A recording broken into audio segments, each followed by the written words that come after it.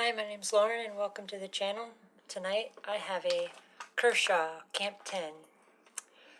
A little bit about this knife. This is Kershaw's outdoor knife. They claim it to have a carbon steel blade. It's 10 inches overall. It's got a full tang, so there's a piece of metal all the way through. Rubber grip, plastic end plate, plastic handguard, polymer or plastic sheath, has straps on the back of the sheath, and a whole bunch of these little eyelets that you can run paracord or whatever through. Earlier this week, we came back from a camping trip. That's why it has wood stains all over it. We haven't cleaned it yet.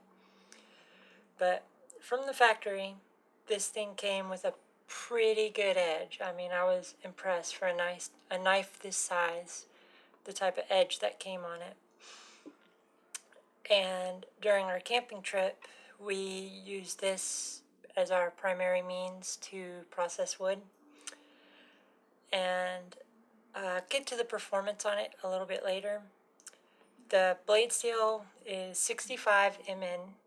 Like I said, Kershaw claims it to be a carbon steel blade, so that should mean that fire steels will work on this. I haven't tried that yet because I try to keep my things as in nice condition as possible. Well, this is actually not my knife. This is my fiance's knife. The grip worked very good. It's very aggressive checkering, but since it's rubber, it's not like sandpaper. But you can, if you hit a really hard piece of wood, and I mean really hard, you can get some vibrations. Some vibrations will go through the tang and through the handle, and it may just be me. I have a little bit larger hands, but I get jarred a little bit if I hit a really hard piece of wood. But for the most part, it wasn't bad. I actually injured my finger on Christmas. I'm right-handed, so I was using this left-handed and I had no problems. It has 2 holes right here for wrist straps or little lanyards if that's what you want to do. And it has a pretty thick blade. I'm not entirely sure. I want to say it's around 1/8 of an inch thick. But on the blade thickness, when I got this knife, I also got an Ontario SP10, the Marine Raider Bowie knife. And this thing is just a monster when it comes to chopping compared to that knife. And I attribute a lot of that to the blade thickness.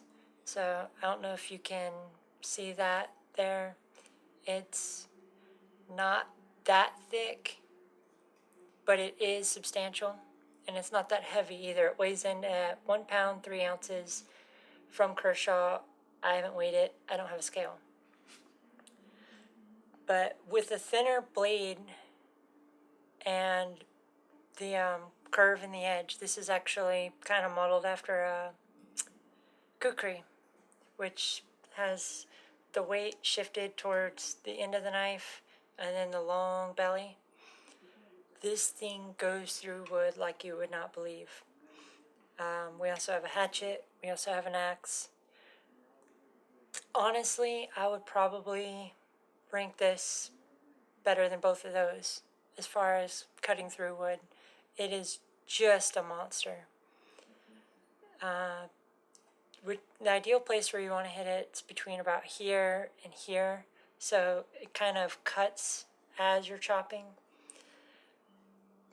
And as far as the edge retention, I'm not very familiar with 65 Mn. This is the first knife I've ever handled with that blade steel, but the edge is still pretty good.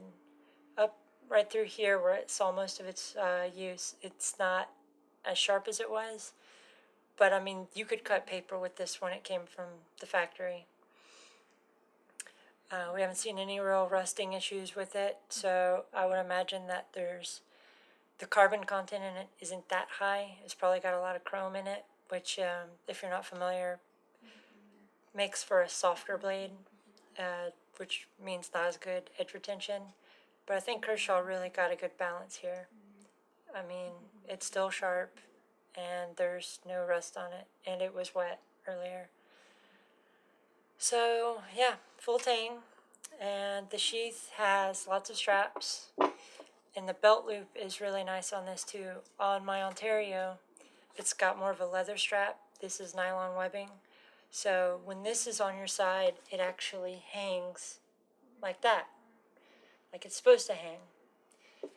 On my Ontario, because this is a leather strap, it hangs like that, which gets really irritating really quick. So yeah, if you're in the neighborhood or you're interested in a camping style or outdoor style knife, or you just want a big blade, I mean, if you wanted to stay away from guns, but you wanted a really legitimate, self-defense weapon, I mean, not something that was less than lethal, but something that could potentially be lethal, this is an awesome knife. It doesn't take a whole lot of skill to wield. All you got to do is chop, and it will do its job. So if you want it, get it.